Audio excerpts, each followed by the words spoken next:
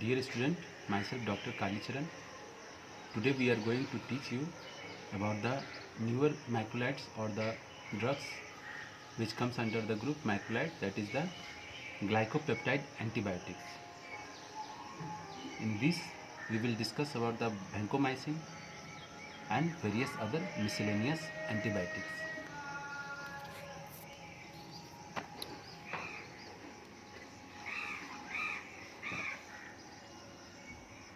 Glycopeptide antibiotic, it was discovered in 1956, which was highly effective against the gram-positive bacteria and methicillin-resistant Staphylococcus aureus and Streptococcus viridans. These vancomycin having bactericidal action on gram-positive bacteria and the Staphylococci as well as Clostridia. Vancomycin used in hospital as well as surgical prophylaxis. The mechanism of vancomycin, it acts by inhibiting the bacterial cell wall, as we have seen in the penicillin. The penicillin also inhibit the bacterial cell wall. Then vancomycin also inhibit the bacterial cell wall. How it inhibit the bacterial cell wall? As we have seen in the penicillin, the penicillin inhibit the cross-linking by such as the vancomycin also inhibit the cross-linking, and the polypeptides is being broken down and the cell wall is broken down. Thus vancomycin is a very important drug and it is used against the gram-positive bacteria and the methicillin-resistant Staphylococcus aureus. In pharmacokinetics, the vancomycin is administered IV injectable. It crosses the blood-brain barrier and reaches to the brain as well as the serous cavity, the cavity having the pus. The patient having the bacterial meningitis, the vancomycin, which is very useful as it crosses the blood-brain barrier, reaches to the meninges, thus having the patient of complaint of meningitis, the vancomycin is very much useful. Excretion, the vancomycin is excreted unchanged via the kidney and by the glomerular filtration. The half-life of vancomycin is 6 hours. Toxicity about the vancomycin, which is used, mainly asked in your PG examination. When the vancomycin is given rapid, it causes red man syndrome. It is usually asked in your PG examination, which drug causes red man syndrome? It is the vancomycin. It is the vancomycin which causes red man syndrome when it is given IV and in rapid form. Uses of vancomycin, it is used against the methicillin-resistant Staphylococcus aureus, endocarditis and bacterial meningitis. It is also used in the patient of dialysis, patient having renal failure and who is put on dialysis. They may acquire hospital-acquired infection. So this vancomycin is used to treat the gram-positive bacteria, to treat the patient having infection with the gram-positive. Vancomycin is also used against the patient who are undergoing cancer treatment or cancer chemotherapy. One of the important point is the vancomycin is not active against the Pseudomonas. It is not active against the Pseudomonas. The other new glycopeptides is the DOT, as in tuberculosis the DOTS treatment occur. Here I have mnemonics I have formed, that is the DOT. DOT includes the dalbavancin, oritavancin and telavancin and teicoplanin. Dalbavancin, oritavancin, telavancin and teicoplanin. These are the newer glycopeptides in which dalbavancin having the long plasma half-life and it is given once weekly against the methicillin-resistant Staphylococcus aureus. Oritavancin is also very much effective against the methicillin-resistant Staphylococcus. Telavancin It is used in complicated skin infection as well as teicoplanin. It is also having long half-life, that is 45 to 70 hours, and it is very much effective against the gram-positive only, and also active against it is more active than vancomycin. If there is a vancomycin resistant bacteria develops, in which we use teicoplanin. In another antibiotic groups, that is the oxazolidinone, the two drugs includes linezolid and tidezolid. This linezolid and tidezolid is used for the treatment of the bacteria who is resistant to the vancomycin also, as well as the other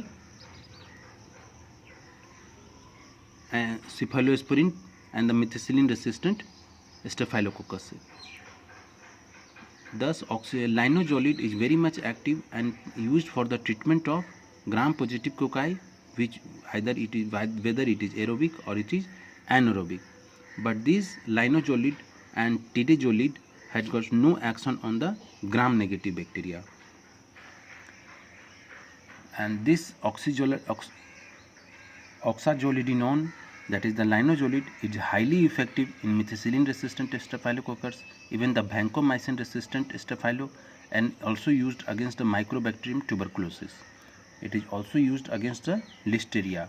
The mechanism of linezolid is as we have discussed, that in the protein synthesis there is 50S ribosome and 30S ribosome. In 50S ribosome there is one part, that is the 23S, which comes under the 50S ribosome. Thus 23S is a part of 50S ribosome. The linezolid binds with this 30S. Linezolid binds with this 30S and interferes with the formation of tRNA. That is the initiation of the 70S, which is responsible for the initiation of the protein synthesis. Thus, as soon as this linezolid binds with the 23rd S, which is a part of 50S, it interferes, and thus overlapping of 50S and 30S is interferes. That is, the overlapping between the 50S and 30S does not occur, and thus protein synthesis is stopped before it starts. Thus linezolid works by inhibiting protein synthesis, whereas vancomycin acts by inhibiting the bacterial cell wall. This is the difference between the vancomycin and linezolid, that linezolid inhibit protein synthesis. It is also asked in your PG preparation that which of the following drugs will inhibit protein synthesis, act by a protein synthesis, and which of the drug acts by the cell wall synthesis inhibitor. Thus vancomycin act by inhibiting cell wall as well as, and linezolid acts by inhibiting bacterial protein synthesis.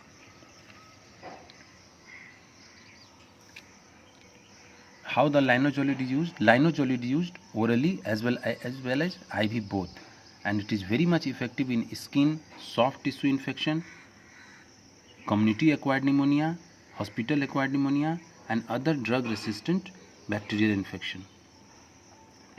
Adverse effect is very much important, and it is usually asked in your PG examination about the adverse effect of the linezolid. It is the ANTS. A for anemia, N for neutropenia, A for anemia, N for neutropenia, T for thrombocytosis, and S for serotonin syndrome. Thus it is the ANTS. The linezolid's adverse effect is the ANTS: anemia, neutropenia, thrombocytopenia, and serotonin syndrome. Why it causes serotonin syndrome? Because linezolid is a MAO inhibitor. That's why it is responsible for serotonin syndrome.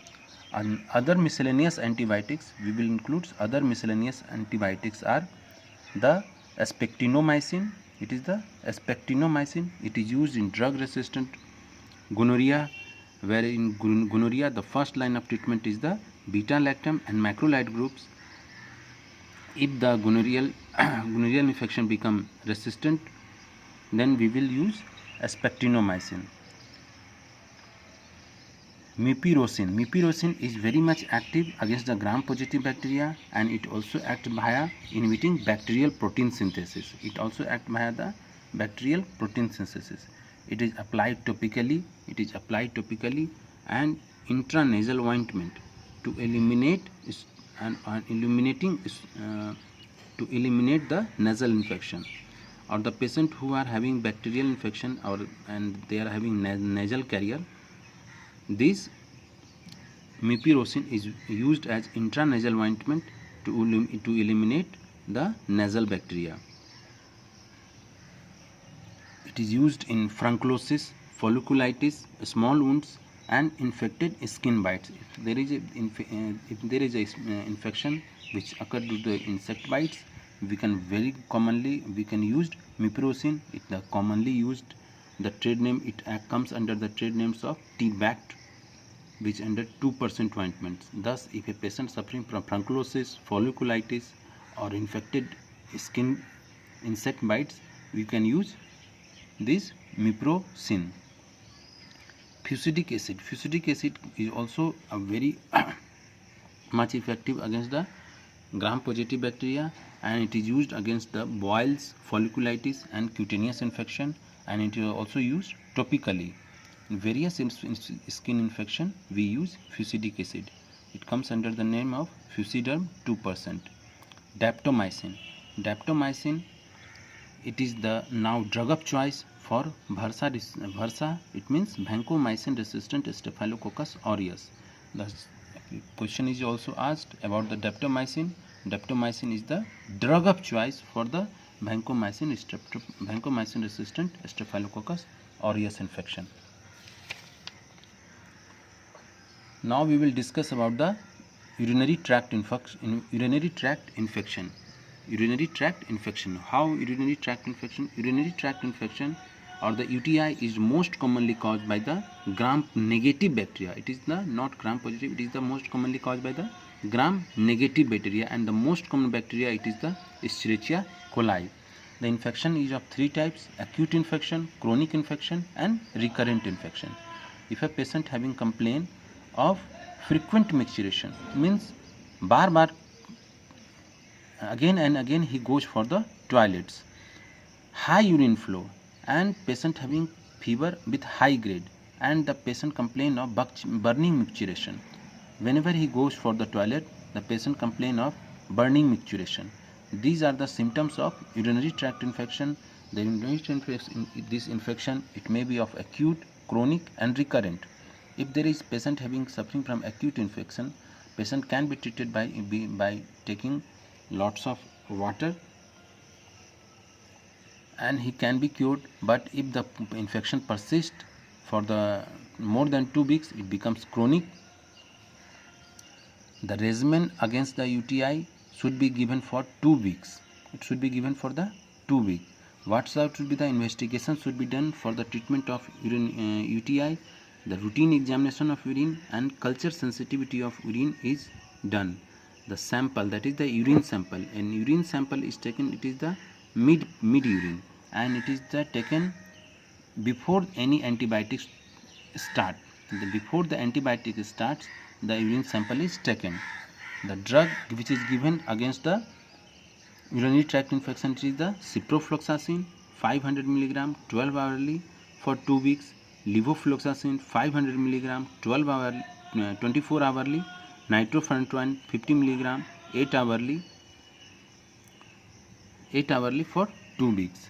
These are the wonderful drugs which is very much active against the urinary tract infection.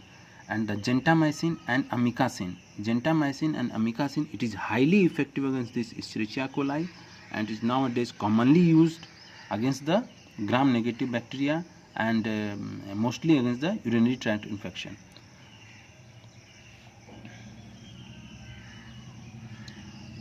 For the treatment of urinary tract infection, urine must be alkalinized. So alkalinization is necessary.